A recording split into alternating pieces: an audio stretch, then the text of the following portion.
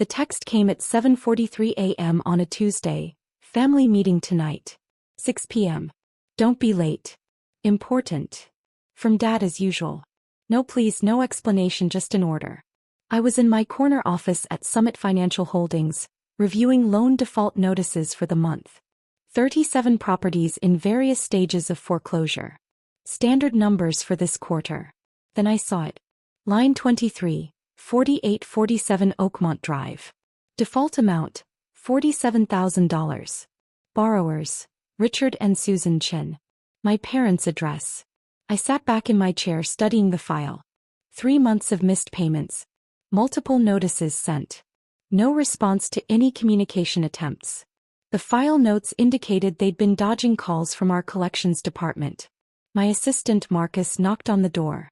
Miss Chen, your 8 a.m. is here. Give me 5 minutes, I said, still staring at the screen. I pulled up the full loan history. The original mortgage had been refinanced twice in 5 years, each time pulling out more equity. The current balance, $680,000 on a house worth maybe $550,000 in today's market. They were underwater. And they were about to be foreclosed on by the company I'd founded 7 years ago. My phone buzzed again.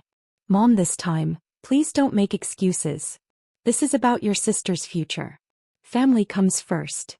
My sister Jessica, 29 years old, never held a job longer than 6 months, and currently driving a brand new Tesla Model X. The Tesla they'd mentioned in passing last month. Just a small loan to help Jessica get reliable transportation for job interviews. A small loan. Right. I opened my personal banking app and scrolled through the transfers. Over the past 5 years, $340,000 in family support. Monthly payments of $5,000 that had become so routine I'd automated them. Just until we get back on our feet, Dad had said initially. That was 5 years ago. I'd been 28 then, fresh from selling my first startup for $8 million. Eager to help. Desperate to prove I wasn't the disappointment they'd always implied I was. Marcus knocked again. Miss Chen. Cancel my morning meetings, I said. All of them. All of them. Even the board call. Especially that one. Tell them something came up. Family emergency. The irony wasn't lost on me. I spent the day doing what I should have done years ago. Investigating my own family.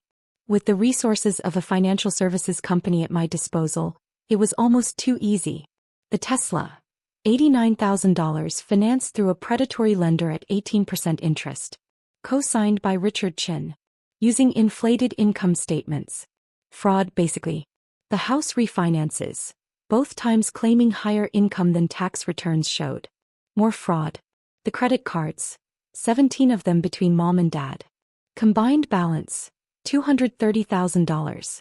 Minimum payments being made, probably with my monthly $5,000 family support. Jessica's apartment. Luxury building downtown. $4,200 monthly rent. Paid by Richard and Susan Chen. Or more accurately, paid by me through them.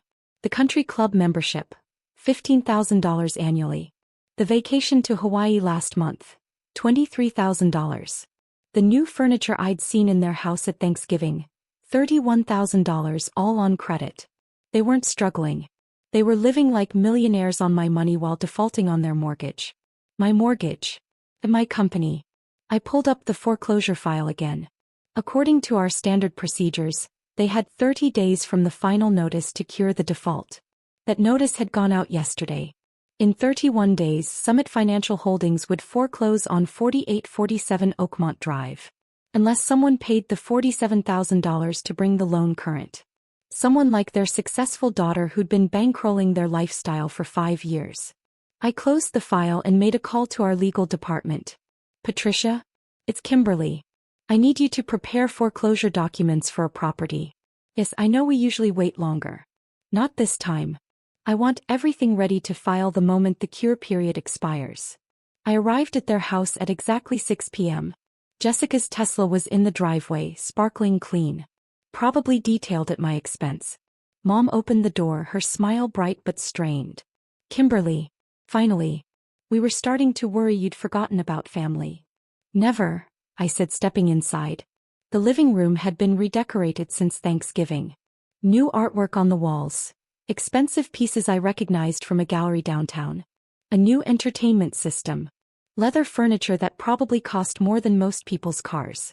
All purchased while they were 3 months behind on their mortgage.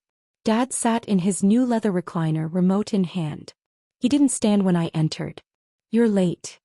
"I'm exactly on time," I said, checking my watch. 6 p.m. "Family arrives early," he said, as if that were an established rule. Jessica bounced in from the kitchen, wine glass in hand. "Kim, love that you could make it. I was just telling Mom and Dad about my new business opportunity." "Another one?" I asked mildly, sitting on the new couch. "This one is different," she insisted. "It's a boutique consulting firm. Executive coaching for women in tech. I just need some startup capital to get it off the ground." Of course she did. Mom sat down, smoothing her designer dress. "Another recent purchase, no doubt. That's actually why we called this family meeting. We need to discuss your contribution to Jessica's future." "My contribution," I repeated.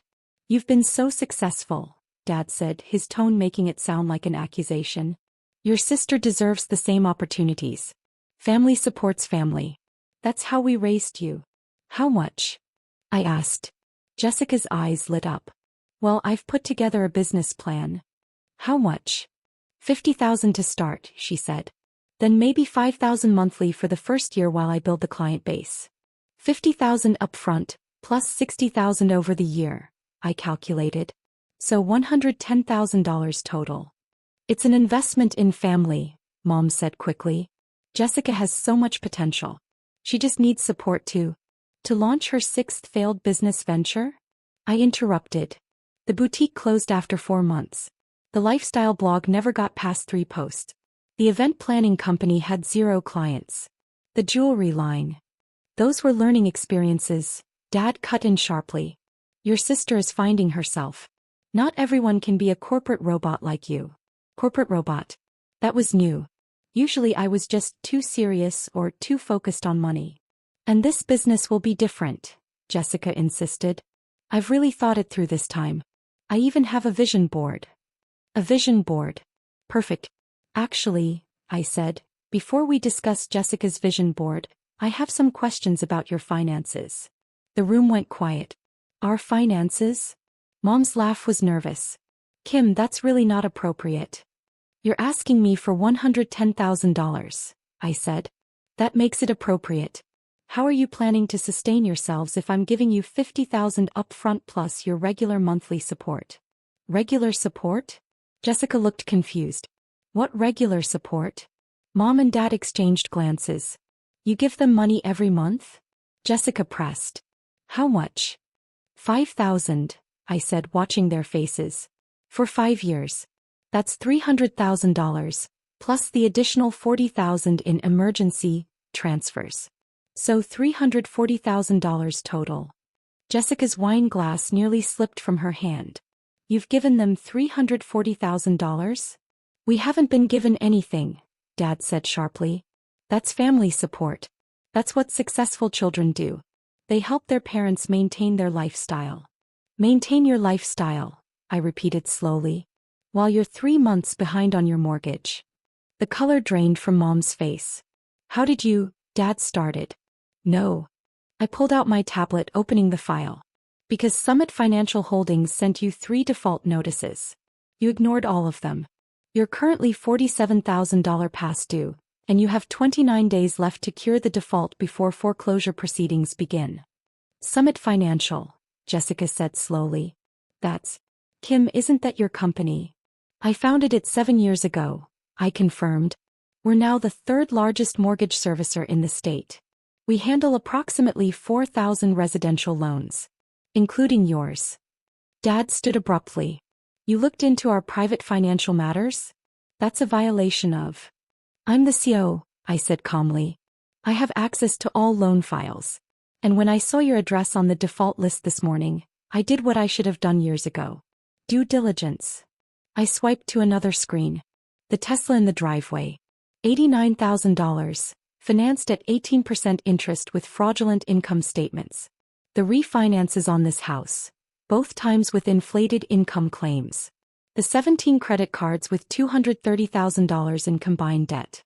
Jessica's luxury apartment that costs $4,200 monthly. Shall I continue? You had no right, Mom whispered. Those are private. You made them my business when you've been taking my money while defaulting on your obligations, I interrupted. Every dollar I've given you is supposed to help you get stable. Instead, you've been living like millionaires while drowning in debt. We needed to maintain appearances, Dad said. For business connections, social standing. Dad, you retired 3 years ago. What business connections? Potential opportunities, he blustered. Consulting work, board positions. You're not doing any consulting work. You're not on any boards. You're living off my monthly transfers and going deeper into debt. Jessica set down her wine glass. So all those times Mom said you were too busy to help me, you were actually giving them $5,000 a month? Jessica, Mom started. You told me Kim was selfish. Jessica's voice rose. You said she'd forgotten where she came from, that she didn't care about family. But she's been giving you $340,000 while I was eating ramen. We were going to help you once we got stable, Dad said weakly. When? Jessica demanded. You bought me a car and an apartment, but Kim's been paying for it. I thought you were helping me. We are helping you. With Kim's money. Jessica was crying now. Do you know how guilty I felt? Taking money from you while Kim supposedly refused to help? I called her selfish to her face last Christmas. I remembered. She'd accused me of abandoning the family, of thinking I was too good for them now that I had money.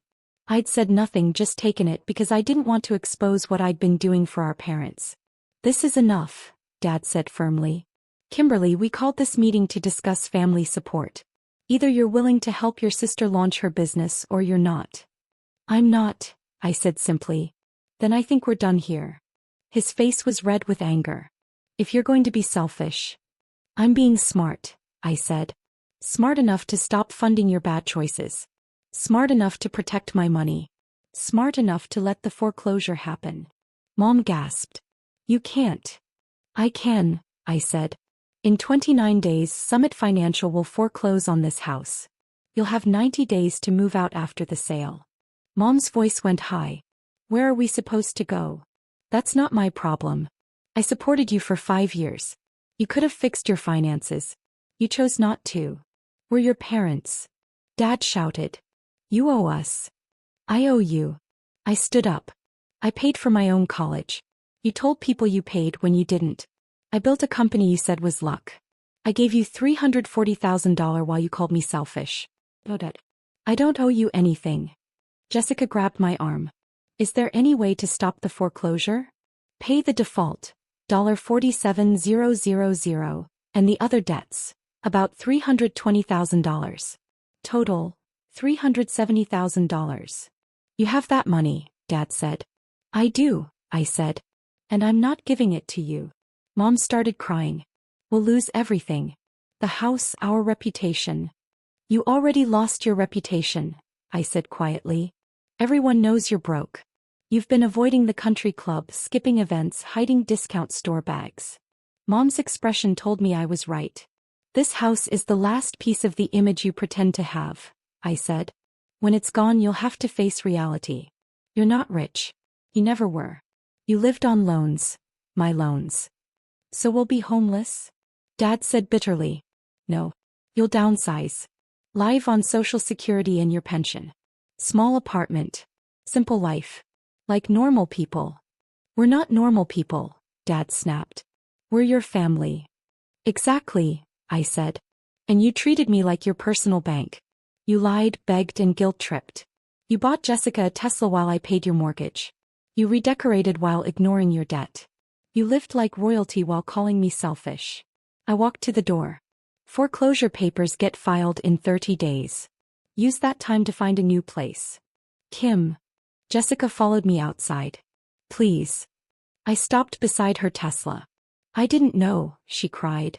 They said you refused to help. They lied. I know, I said.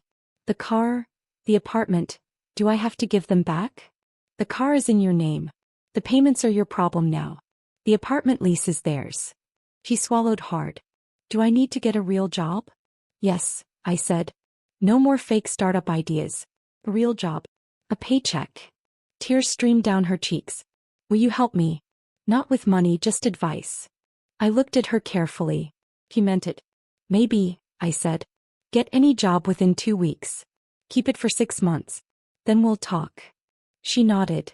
Okay. Do it for yourself, I said. Mom and Dad are about to lose everything. You need to stand on your own. I left her standing there, next to a car she couldn't afford, in front of a house that wouldn't be theirs much longer. 29 days later, my assistant brought the file. The cure period expires today. No payments. Any communication? Dozens of calls and messages. They were redirected to the workout department. And the recommendation? Foreclosure. They have no income to support a plan. They've been angry and uncooperative.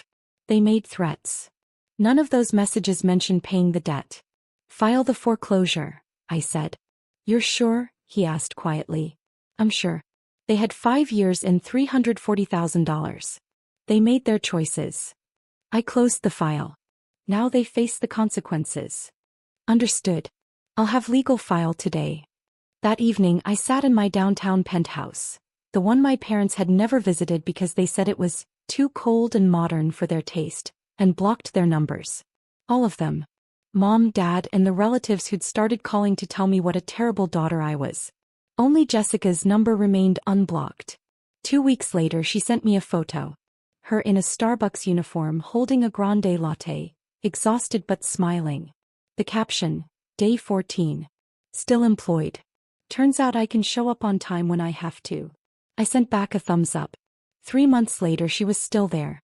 Assistant manager now, working full-time, living in a studio apartment she could actually afford. The Tesla was gone, sold to cover the loan balance. She rode the bus to work. And my parents were living in a 2-bedroom apartment across town, funded by Social Security and Dad's pension. No country club membership, no new cars, no designer furniture. Living like everyone else. My company's quarterly earnings report showed record profits. Summit Financial Holdings was expanding into 3 new states. Forbes had called about another profile. I declined the interview. I'd learned my lesson about public success and private family exploitation. The lesson had cost me $340,000. But the freedom was priceless. Successful children help their parents, Dad had said. He was right. Just not the way he meant.